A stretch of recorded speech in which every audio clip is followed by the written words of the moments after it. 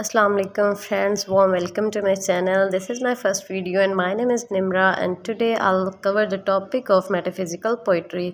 So without wasting your time, let's get started. First of all, metaphysical poet, ठीक है। Metaphysical poet 17th century के poets को कहते हैं, ग्रुप ऑफ पोइट्स का नेम है, ठीक है। एक चीज़ आपने याद रखनी है, 17th सेंचुरी, ठीक है। उसके बाद जो है इसका सबसे पहले हम मेटाफिज़िकल का मतलब समझ लेते हैं। 17th सेंचुरी के ग्रुप ऑफ पोइट्स हैं सबसे पहली बात। फिर मेटा का जो मतलब है बियॉन्ड यानी परे, और फिज़िकल का मतलब है कोई चीज़ एग्जिस्ट करती है फिज़िकली, ठीक है। तो मेटाफिज़िकल का मतलब हुआ कि कोई चीज़ जो फिज़िकली एग्जिस्ट नहीं करती, ओके। देन जो ये मैं आपको बता दूं कि इस टर्म को जो first time as a group of poetry use किया, ठीक है। मेरी इस बात पे गौर करें, as a group of poetry use करने वाले डॉक्टर सैमुअल जॉनसन हैं। के साथ सबसे पहले मैं आपको इसकी इम्पोर्टेंस बता दूं। Metaphysical poetry paper point of view से बहुत ज़्यादा इम्पोर्टेंट है। इसके features, characteristics, each and everything, क्योंकि ये चीज़ एक पूरी जो एज है उसमें से एक डिफरेंट इफ़ेक्ट देती है, ठीक है। तो ये मैंने इस पर रीड किया, ये एक इम्पोर्टेंट टॉपिक है, ठीक है। तो you must be cover it. और ये जो लेक्चर है ऐसे बच्चों के लिए है जो कि मेरी तरह मीडियोकर है और जिनकी हाई फाई इंटेलेक्चुअलिटी नहीं होती, और वो ज़्यादा नॉलेज की बम्बारमेंट से जो पहली चीज़ें हैं वो भी भूल जाती हैं। तो इसलिए ये बहुत ही लगा लें इजी करके टॉपिक को मैंने समराइज़ करके बताया है, जो कि हम लिखेंगे तो इंशाल्लाह हमें मार्क्स तो आप लोगों को मिल ही जाएंगे। मेटाफिज़िकल का मतलब तो हमने ऑलरेडी समझ लिया है, अब हम इसे स्टार्ट करते हैं। जो मेटाफिज़िकल है वो ऐसी branch of knowledge which deal with this subject beyond physical existence, ठीक है। You get my point, physical existence से बियॉन्ड है, ठीक है। इसमें क्या होता है कि जो मेटाफिज़िकल पोइट्री है वो डील करती है ऐसे सब्जेक्ट से जो कि एब्स्ट्रैक्ट होते हैं। एब्स्ट्रैक्ट में क्या आ जाता है, सोल, गॉड, लाइफ, इस तरह की चीज़ें। तो इसके कुछ सब्जेक्ट मैटर मैंने आप मेंशन किए हैं। अगर आप इन कीवर्ड्स को यूज़ करते हैं then you would be able to do your final exam, ठीक है। तो इसमें आपने ये करना है, ये जो मैंने सम कीज़ दी हैं इसे आपने अच्छे से प्रिपेयर कर लेनी है, जिसमें हमने movement of star and planets है, लाइफ एंड डेथ है, सोल इन आफ्टर डेथ है, और relationship of man with God है। ये है जिसका सब्जेक्ट मैटर। सबसे पहले आपने मेटाफिज़िकल का मतलब लिख देना है, फिर इसका सब्जेक्ट मैटर लिख देना है। उसके बाद आपने लिखना है जी इसमें इंपॉर्टेंट पॉइंट्स कौन से हैं। तो जो यहाँ पे जॉन डन है ये है इसके रिप्रेजेंटेटिव पोइट, ठीक है। इसका नेम आपने लास्ट में लिखना है, और इनके कुछ वर्क्स हैं जो कि मैं आपको आगे बताती हूँ। तो उसके बाद है रिचर्ड क्रैशू, रॉबर्ट कौली, और ये सब इसके इम्पोर्टेंट पोइट्स हैं। इसके जस्ट आप नेम भी लिख दीजिएगा तो that's enough for your paper. तो जी इसके बाद हम बात कर लेते हैं इसके मेन करेक्टरिस्टिक्स की। जो मेन करेक्टरिस्टिक्स हैं that is very important key points in according to your paper point of view, ठीक है। इसमें जो फर्स्ट पे है हमारे पास ड्रामेटिक ओपनिंग, फिर आता है जी concentration, fondness of for conceits, unconventional topics, intellect और वेट्स। तो ये ऐसे की पॉइंट है मैंने यहाँ पे मेंशन कर दिए हैं। ये ऐसी चीज़ें हैं जो कि आप इस पे फोकस करेंगे तो आप इसकी एक या दो लाइन आप खुद से लिखने के भी काबिल हैं ही हैं, ठीक है। तो आप खुद से भी इसमें राइट कर देंगे तो दैट्स इनफ। तो ये बात याद रखें कि मैं इस टॉपिक को समराइज़ करके बता रही हूँ, ऐसी चीज़ें जो हम एज इट इज़ अपने पेपर में लिख सकते हैं और अच्छे मार्क्स गेट कर सकते हैं, ठीक है जी। अब नेक्स्ट हम ये बात करते हैं जी इसकी करेक्टरिस्टिक को थोड़ा सा खोल के देख लेते हैं, ठीक है। जैसे ड्रामेटिक ओपनिंग में क्या हुआ था जी, इसमें जो है जो डायरेक्ट स्पीच, ठीक है, जो एक पोइट है वो जो मेटाफिज़िकल पोइट्री में यूज़ कर रहा है वो डायरेक्ट टोन से कर रहा है, ठीक। फिर आ जाता है हमारे पास फॉन्डनेस ऑफ कंसीड्स। इसमें क्या होता है, कंसीड्स ऐसे कहते इस चीज़ों को कहते हैं कि अगर कोई चीज़ आप बता रहे हैं तो उसे फुली तौर पे एक्सप्लेन करना, ठीक है। तो उसने इस तरह एक्सप्लेन किया था इसे कि एक इनकी वर्क है उसका नेम है go and catch falling star. तो उन्होंने जो फॉलिंग स्टार है इसे एक विमेन से तशबीह दी थी कि जैसे फॉलिंग स्टार को पकड़ना इम्पॉसिबल है, इसी तरह एक लेडी का फेथफुल होना यानी बावफा होना भी इम्पॉसिबल है। हालांकि ऐसा होता नहीं है, खैर कोई बात नहीं, मैंने लिखा है तो। अच्छा, तो ये हो गया कंसीड, यानी किसी चीज़ को किसी दूसरी चीज़ से तशबीह दे के उसे मुकम्मल तौर पे समझा देने वाला पॉइंट। ठीक है, तो नेक्स्ट वन है हमारा अनकन्वेंशनल टॉपिक्स। तो आपको पता है ये जो एलिज़ाबेथन एज थी उसमें सारा रोमांटिक और सॉफ्टनेस, डेडिकेटनेस इन चीज़ों पे दिया गया था, बट जो मेटाफिजिकल पोइट्री है इसमें ऐसा नहीं है। इसका जो स्टाइल है वो हाईली फैंटेस्टिक है। ठीक है, ही यूजेस रफ वर्ड्स को यूज़ करके इसे अलग बनाते थे दूसरी चीज़ों से। ठीक है, तो ये चीज़ें से आप अनकन्वेंशनल टॉपिक्स में लिख सकते हैं। फिर कंसंट्रेशन पे अगर बात कर लें हम, तो कंसंट्रेशन ऐसा था कि वो पोइट्री में ऐसी चीज़ों को ऐड करना चाहते थे जिससे जो रीडर है वो अट्रैक्ट हो। ठीक है, अट्रैक्ट होके उसे पढ़े। तो उसमें वो आर्गुमेंटेशंस होती थी, शॉक, सरप्राइज, इस तरह की चीज़ें उन्होंने ऐड कर दी उसमें। ठीक है, उसकी कंसंट्रेट करवाने के लिए। फिर है जी हमारे पास विट। अब विट ये तो बहुत ही इंटरेस्टिंग पॉइंट है। तो विट में ऐसा होता है कि क्लेवर यूज़ ऑफ वर्ड्स। ठीक है, विट ऐसे वर्ड्स को इतनी क्लेवरेंस से यूज़ किया जाए कि वो उस पोइट्री को एक अलग शेप में बना दे। ठीक है, और जो जॉन डन थे वो इसका बहुत ज़बरदस्त इस्तेमाल कर लेते थे, तभी आज जॉन डन है, उनका इतना नाम है। खैर, अब विट का तो आपको पता चल गया। ठीक है, तो इन्होंने जो उनकी जो पोइट्री थी वो भी blend of wit and seriousness थी। ठीक है, whether he roads of love और devotion he makes clever use of wits. ठीक है, यानी वो वर्ड्स का इस्तेमाल कर लेते थे। तो जी लास्ट पे हम इनके कुछ वर्क्स को देखते हैं।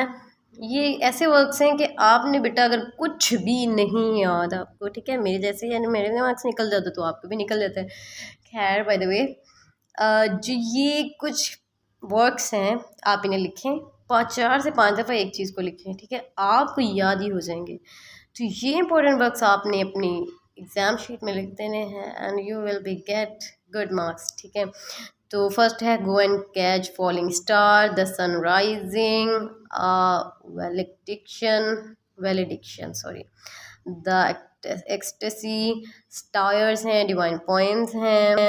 और आपकी आसानी के लिए मैंने क्या किया है जी, बुकिश लैंग्वेज में, यानी बुक जो आपके पास बहुत ही एक आसान वर्डिंग देने वाली ये बुक है, इसमें मैंने आपकी हाईलाइट कर दी है। अगर तो आपके पास ये बुक है तो आप ये हाईलाइट करके ये पोर्शन लिख सकते हैं, और अगर आपके पास नहीं है तो आप इसका स्क्रीनशॉट लेके इसे 2 से 3 बार रीड करें। ठीक है, आपने इस मेरे लेक्चर को 2 से 3 दफ़ा देखना है एंड आई होप कि आपको ये वाला टॉपिक आधे से ज़्यादा प्रिपेयर तो हो ही जाएगा।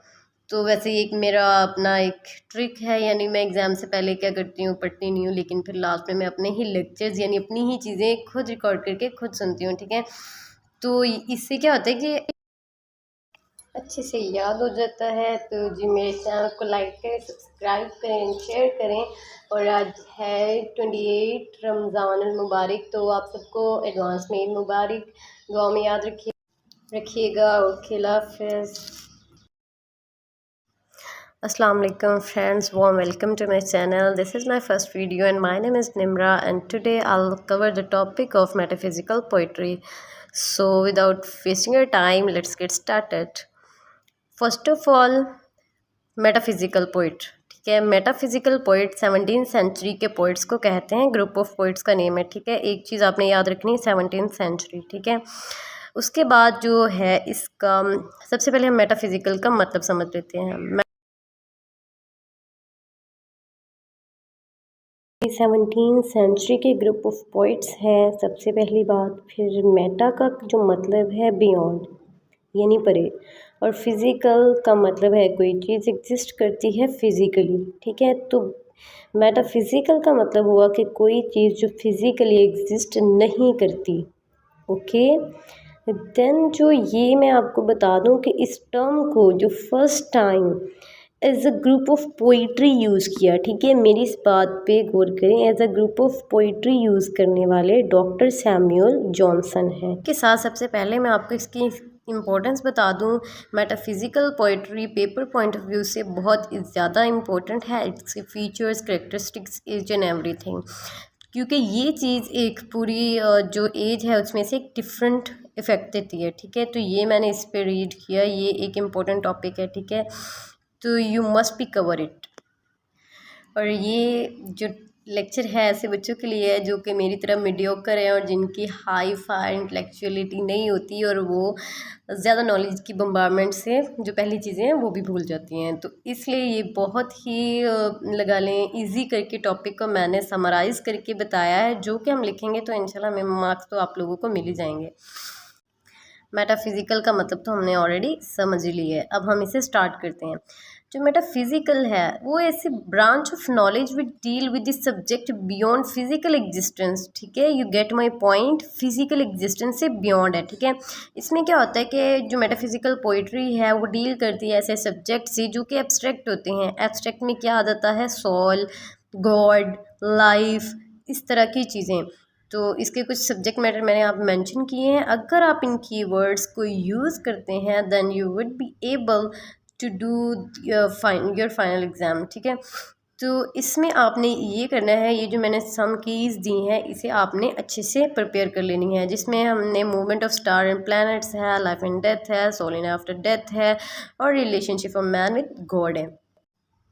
ये है जिसका सब्जेक्ट मैटर। सबसे पहले आपने मेटाफिज़िकल का मतलब लिख देना है, फिर इसका सब्जेक्ट मैटर लिख देना है। उसके बाद आपने लिखना है जी इसमें इंपॉर्टेंट पॉइंट्स कौन से हैं। तो जो यहाँ पे जॉन डन है ये है इसके रिप्रेजेंटेटिव पोइट, ठीक है। इसका नेम आपने लास्ट में लिखना है और इनके कुछ वर्क्स हैं जो कि मैं आपको आगे बताती हूँ। तो उसके बाद है रिचर्ड क्रैशू, रॉबर्ट काउली, और ये सब इसके इम्पोर्टेंट पोइट्स हैं। इसके जस्ट आप नेम भी लिख दीजिएगा तो that's enough for your paper. तो जी इसके बाद हम बात कर लेते हैं इसके मेन करेक्टरिस्टिक्स की। जो मेन करेक्टरिस्टिक्स हैं that is very important key points in according to your paper point of view, ठीक है। इसमें जो फर्स्ट पे है हमारे पास ड्रामेटिक ओपनिंग, फिर आता है जी concentration, fondness of for conceits, unconventional topics, intellect और वेट्स। तो ये ऐसे की पॉइंट है मैंने यहाँ पे मेंशन कर दिए हैं। ये ऐसी चीज़ें हैं जो कि आप इस पे फोकस करेंगे तो आप इसकी एक या दो लाइन आप खुद से लिखने के भी काबिल हैं ही हैं, ठीक है। तो आप खुद से भी इसमें राइट कर देंगे तो दैट्स इनफ। तो ये बात याद रखें कि मैं इस टॉपिक को समराइज़ करके बता रही हूँ, ऐसी चीज़ें जो हम एज इट इज़ अपने पेपर में लिख सकते हैं और अच्छे मार्क्स गेट कर सकते हैं, ठीक है जी। अब नेक्स्ट हम ये बात करते हैं जी इसकी करेक्टरिस्टिक को थोड़ा सा खोल के देख लेते हैं, ठीक है। जैसे ड्रामेटिक ओपनिंग में क्या हुआ था जी, इसमें जो है जो डायरेक्ट स्पीच, ठीक है, जो एक पोइट है वो जो मेटाफिज़िकल पोइट्री में यूज़ कर रहा है वो डायरेक्ट टोन से कर रहा है, ठीक।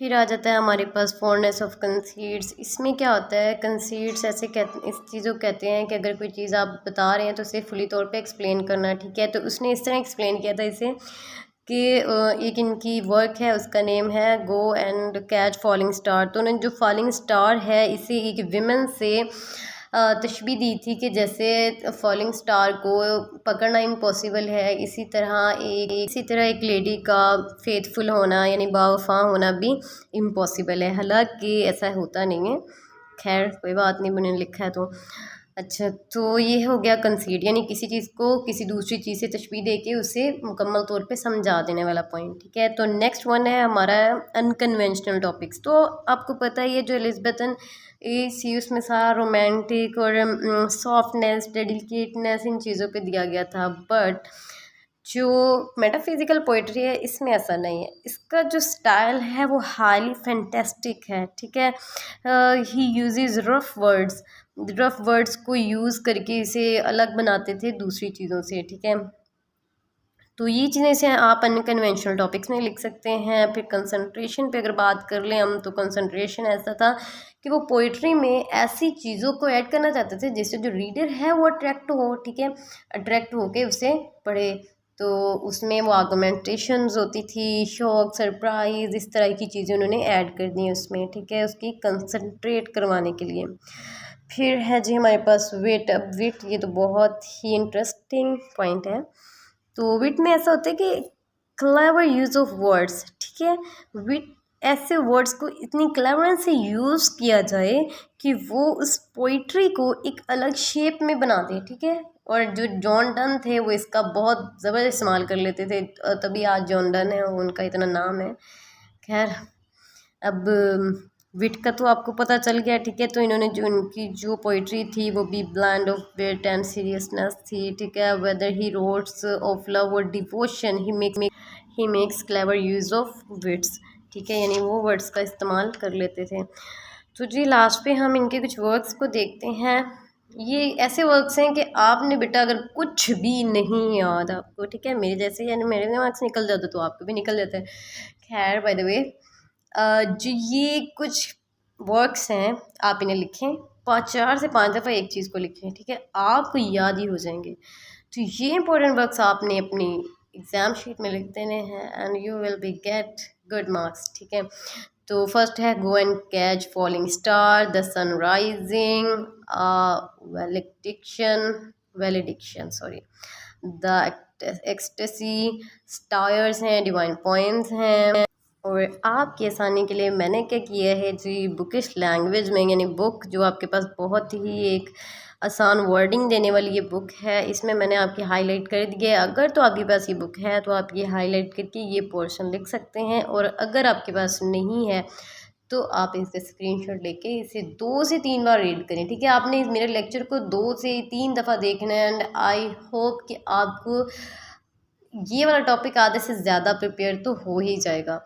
तो वैसे एक मेरा अपना एक ट्रिक है, यानी मैं एग्ज़ाम से पहले क्या करती हूँ, पढ़ती नहीं हूँ, लेकिन फिर लास्ट में मैं अपने ही लेक्चर्स यानी अपनी ही चीज़ें खुद रिकॉर्ड करके खुद सुनती हूँ, ठीक है। तो इससे क्या होता है कि अच्छे से याद हो जाता है। तो जी मेरे चैनल को लाइक करें, सब्सक्राइब करें, शेयर करें। और आज है 28 रमज़ान मुबारक, तो आप सबको एडवांस में ईद मुबारक। दुआ में याद रखिएगा। और खिला हाफिज़।